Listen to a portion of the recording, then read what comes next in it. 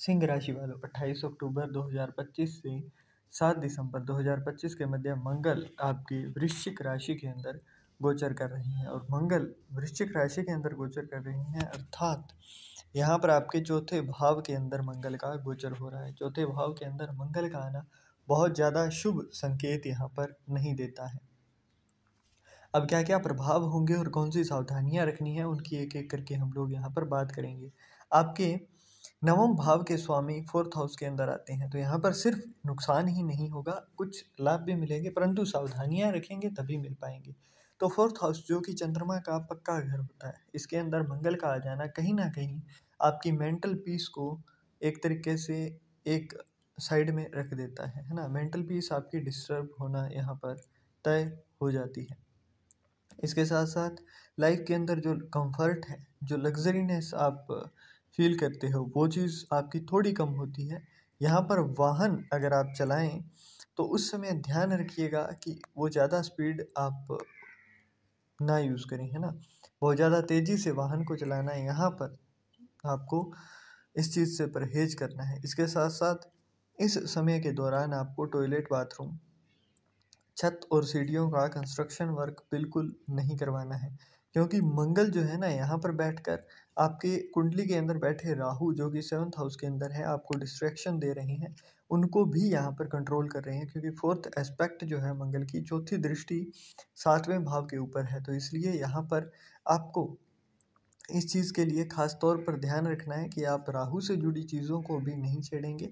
यहाँ पर बैठे मंगल को ही अगर हम बलि करेंगे, मतलब बलवान करेंगे, तो यहाँ पर आपको वो फ़ायदा ये मंगल दे कर जाएगा जो आपने अब तक सोचा भी नहीं होगा, है ना। और इसके साथ साथ यहाँ पर होता क्या है कि आपको हेडेक होना, है ना, मतलब जैसे किसी ने कुछ बोल दिया तो उस चीज़ का आपको बहुत ज़्यादा बुरा लग जाना, ये चीज़ें आपको देखने को मिलेंगी। और यहाँ पर गुस्से को दबाओगे तो वहाँ पर हेडेक होना आपको शुरू हो जाएगा, है ना। तो ये चीज़ भी आपके लिए थोड़ी बुरी हो जाती है यहाँ पर।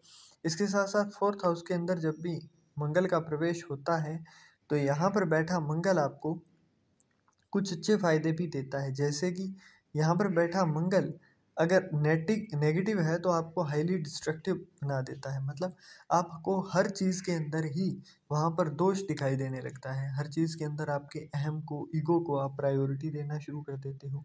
हर जगह पर आपको ये लगता है कि मुझे यहाँ पर फेम मिले, मुझे यहाँ पर नेम मिले, है ना। वो अहंकार के चक्कर में आप चीज़ों को खो देते हो। परंतु यहीं बैठा मंगल जो है वो आपको बेनिफिशियल जब रिजल्ट देता है तो वो बिल्कुल हट कर देता है, क्योंकि यहाँ पर बैठकर मंगल आपके साहस को बढ़ा देता है।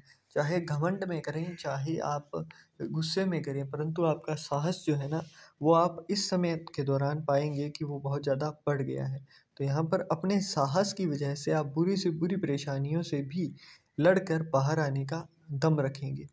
वहीं यही चीज़ जो है वो थोड़ी सी एडवर्स डेस्टिनी को बढ़ा देती है। जैसे कि आपके अंदर साहस भी है और यहाँ पर अहंकार का भाव भी है, तो ऐसे में आप उस साहस का गलत उपयोग करके खुद का ही नुकसान कर लेते हैं। तो यहाँ पर अहंकार को थोड़ा त्यागना आपके लिए फ़ायदेमंद रहेगा।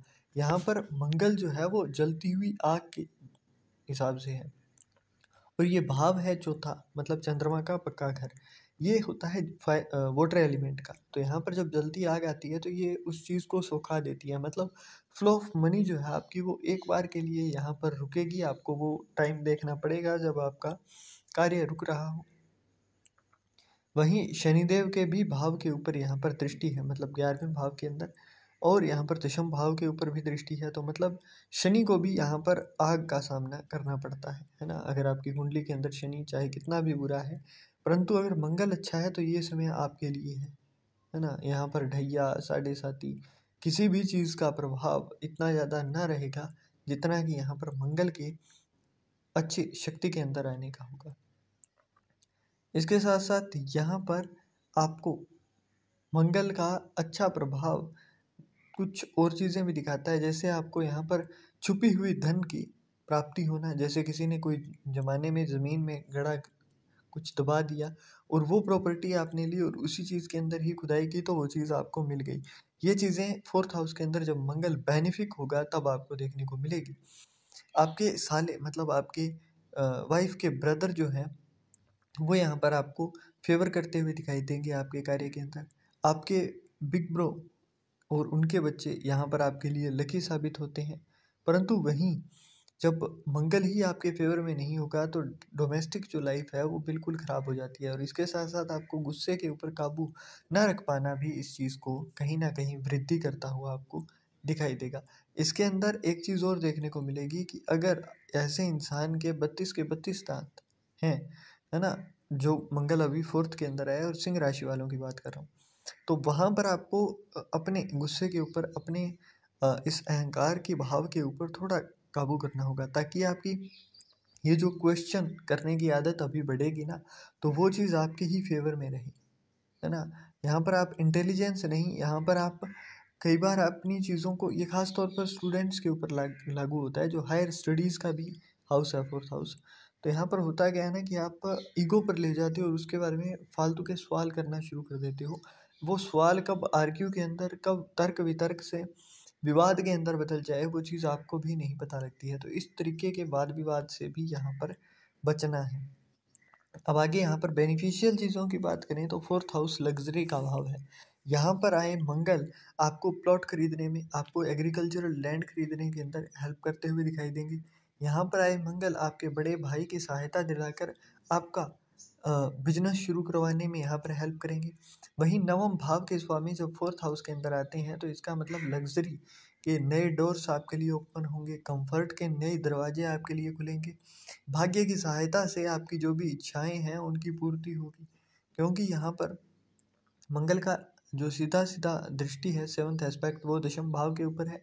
तो यहाँ पर आप अपने प्रोफेशनल, जहाँ भी आप कार्य कर रहे हैं, वर्क प्लेस के ऊपर आप आगे बढ़कर लीड करते हुए दिखाई देंगे, है ना। चीज़ों को आगे बढ़कर एकदम लीडिंग रोल के अंदर आप यहाँ पर दिखाई देंगे। इसकी वजह से यहाँ पर वर्क प्रेशर भी ज़्यादा होगा, तो स्ट्रेस नो डाउट आपका बढ़ेगा, है ना। कार्य की जो आपकी कार्य से जुड़ी हुई गतिविधियां हैं वो बढ़ती हुई दिखाई देंगी, कार्य का प्रेशर बढ़ता हुआ दिखाई देगा। पिता के साथ बहस होने के भी यहाँ पर चांसेस हैं, पिता के साथ लड़ाई झगड़े के भी चांसेस हैं, अपने खुद के भाई बहनों के साथ आपके लड़ाई होने, विवाद होने के चांसेस हैं। तो इस चीज़ से बचने के लिए आपको एक चीज़ का खास तौर पर ध्यान देना है कि आप अपनी माता के साथ ज़्यादा से ज़्यादा टाइम स्पेंड करें जितना हो सके, और उनको उनकी सेवा करने में, अगर माता नहीं है तो ऐसे इंसान को चावल, है ना, जब भी वो किसी शुभ कार्य के लिए जाए, शुभ कार्य के लिए जाते हुए उसे चावल एक मुट्ठी या फिर 2-4 दाने, कम से कम 7 दाने आपको यहाँ पर अपनी जेब के अंदर लेफ्ट साइड के अंदर रख के फिर जाना है कार्य, जो भी कार्य है उसको करने।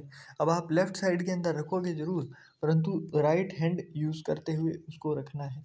और जिस भी दिन आप किसी कार्य के लिए जाएं तो उस दिन याद रखें कि तांबे के लोटे के अंदर थोड़ा सा गुड़ डालकर वो जल आपने यहाँ पर सूर्य देव को अर्पित करना है। ये चीज़ अगर आप डेली करते हो तो भी आपके लिए बेनिफिशियल है, खास तौर पर 28 अक्टूबर से लेकर यहाँ पर 7 दिसंबर तक, जब मंगल वृश्चिक राशि के अंदर है, उस दौरान आपको ये कार्य करना आपकी लाइफ के अंदर लग्जरी भी अट्रैक्ट करेगा, आपके भाग्य को भी प्रबल करेगा, और आपके वर्क प्लेस के अंदर जो आप बहुत लंबे समय से सोच रहे थे कि प्रमोशन हो जाए, इंक्रीमेंट मिल जाए, है ना, तो वो चीज़ के अंदर भी आपके रास्ते खोलते हुए यहाँ पर दिखाई देगा। यहाँ से एट्थ एस्पेक्ट है आपके 11th हाउस के ऊपर, यहाँ पर जुपिटर विराजमान है।